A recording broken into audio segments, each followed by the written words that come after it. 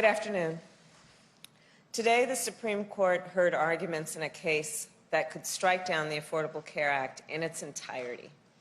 If the Supreme Court agrees with the opponents of the Act, their decision could take health care away from 20 million Americans.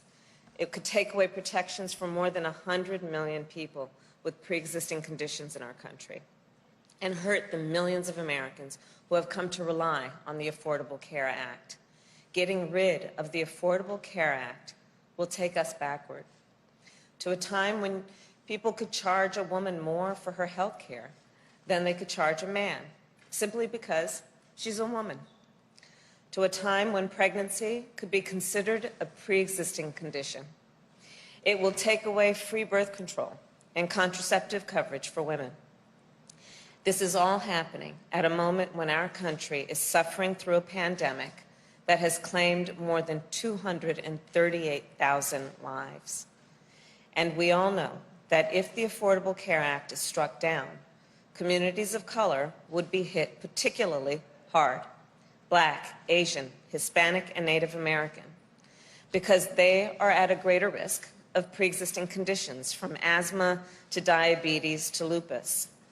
And they are also 3 times as likely to contract COVID-19 and twice as likely to die as others. Now, I know we all know that we just had an election in America, an election where health care was very much on the ballot. Our country had a clear choice in this election. Each and every vote for Joe Biden was a statement that health care in America should be a right and not a privilege. Each and every vote for Joe Biden was a vote to protect and expand the Affordable Care Act, not to tear it away in the midst of a global pandemic. And Joe Biden won the election decisively, with more votes than have ever been cast in American history. It amounts to 75 million voices and counting, calling on the Supreme Court to see this case for what it is: a blatant attempt to overturn the will of the people. And the President-elect and I cannot let that happen.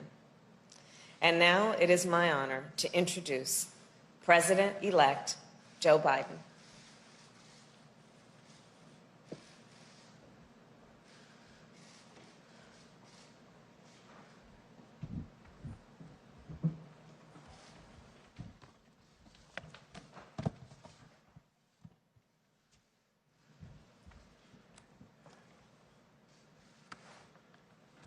Thank you, Kamala. Good afternoon, everyone.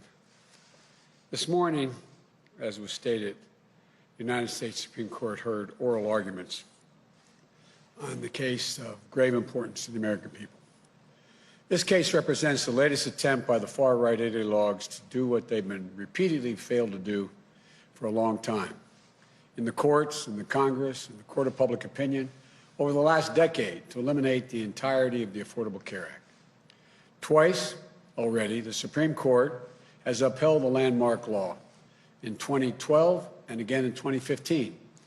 And the Congress, expressing the popular will of the American people on a bipartisan basis, has rejected numerous attempts, numerous efforts by President Trump to erase the law as well.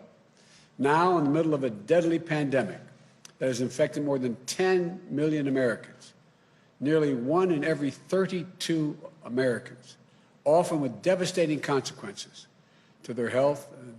These ideologues are once again trying to strip health coverage away from the American people. The goal of the outgoing administration is clear from the brief they filed in the Supreme Court. It asserts, and I quote, "The entire ACA thus must fall," end of quote. Now, I'm not naive about the fact that health care is an issue that has divided Americans in the past.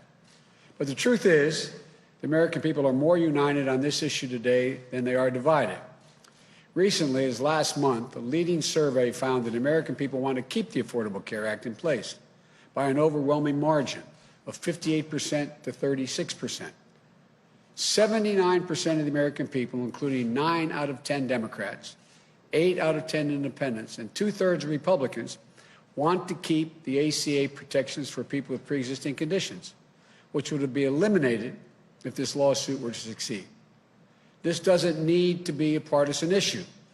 It's a human issue. It affects every single American family. And we can't subvert the growing consensus of the American people based on an argument put forward in the briefs seeking to invalidate the law that even many conservative legal scholars, including in the National Review, consider to be, quote, ridiculous. Let's be absolutely clear about what's at stake. The consequences of the Trump administration's argument are not academic or an abstraction. For many Americans, they are a matter of life and death in a literal sense. This argument will determine whether health care coverage of more than 20 million Americans who acquired under the Affordable Care Act will be ripped away in the middle of the nation's worst pandemic in a century. Over 100 million people, as the Vice President-elect pointed out, over 100 million people with pre-existing conditions like asthma, diabetes, cancer, could once again be denied coverage, whether complications from COVID-19 like lung scarring and heart damage will be the next flood of pre-existing conditions that can be used as an excuse to jack up premiums or deny coverage altogether. For millions of survivors who have struggled, won, and fought the coronavirus, fought against the loss of their life. This argument is going to determine whether women, as is pointed out, will once again be charged higher premiums just because they're women, or seniors will see their prescription drug costs go up. And like kids who, whether or not they can stay on their parents' plans till age 26, whether annual lifetime benefits will be reimposed. So someone could walk in and say, die in peace, you've run out of your coverage. This isn't hyperbole, it's real. As real as it gets. When a family is faced with the awful news of a child's diagnosis with leukemia, or a mom forced to battle against breast cancer, an accident that leaves loved ones unable to live the life they've always known, it stops your heart. It stops your heart. It wrenches your entire world right off its axis when that happens. And many of you know that from your own personal experiences. Believe me, I know the feeling, and too many American families do as well. In that moment, the very last thing on your mind, the very last thing should be on your mind, is whether you can afford the treatment. The Affordable Care Act was created to put a stop to that inhumanity. It was created to ensure that families thrust into their worst nightmare of their lives could focus not on money, but on the fight that really matters. ObamaCare is a law that every American should be proud of. It's why people with pre-existing conditions are protected in this country. It's a law that delivered vital coverage, as I said before, for 20 million Americans who did not have coverage. It's a law that reduced prescription drug price costs for nearly 12 million seniors. It's a law that saved lives and spared countless families from financial ruin. So this effort to bypass the will of the American people, the verdict of the courts in the past, the judgments of Congress, in my view, is simply cruel and needlessly divisive. Regardless of the outcome of this case, I promise you this, beginning on January 20th, the Vice President-elect Harris and I, we're going to do everything in our power to ease the burden of health care on you and your families. I promise you that. As I said, I will protect your health care like as with my own family. And we've been, unfortunately, significant consumers of health care. That starts by building on the Affordable Care Act, with the dramatic expansion of health care coverage and bold steps to lower health care costs. My transition team will soon be starting its work to flesh out the details so that we can hit the ground running, tackling costs, increasing access, lowering the price of prescription drugs. Families are reeling right now, particularly the reporters in this room and others listening. You've interviewed a lot of these people around the country as you've gone all over the world, all over the country.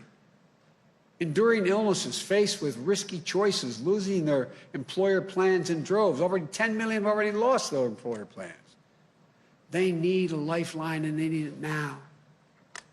They should have to hold their breath. They shouldn't be in that position, waiting to see if the Supreme Court is going to wrench away the peace of mind they've come to now rely on. So we're going to get right to work, I promise you, addressing the issues that families are talking about around their kitchen tables this morning, making sure that they can get in bed tonight with the peace of mind that they deserve, and fulfilling our moral obligation to ensure that here in America, health care is a right for all, not a privilege for a few. So come January, we're going to work quickly with the Congress to dramatically ramp up health care protections, get Americans universal coverage, lower health care costs as soon as humanly possible. That's the promise I make to you. We're going to fight for your family's health coverage the same way we fight for our own family's health coverage. We want every single American to know, if you're sick, if you're struggling, if you're worried about how you're going to get going to get through the day, we will not abandon you. That is a promise. We'll not leave you to face these challenges alone. We're going to get through this. We're going to get through it together. And we're going to build a health care system that puts you and your families first and that every American can be proud of. I want to thank you all for listening.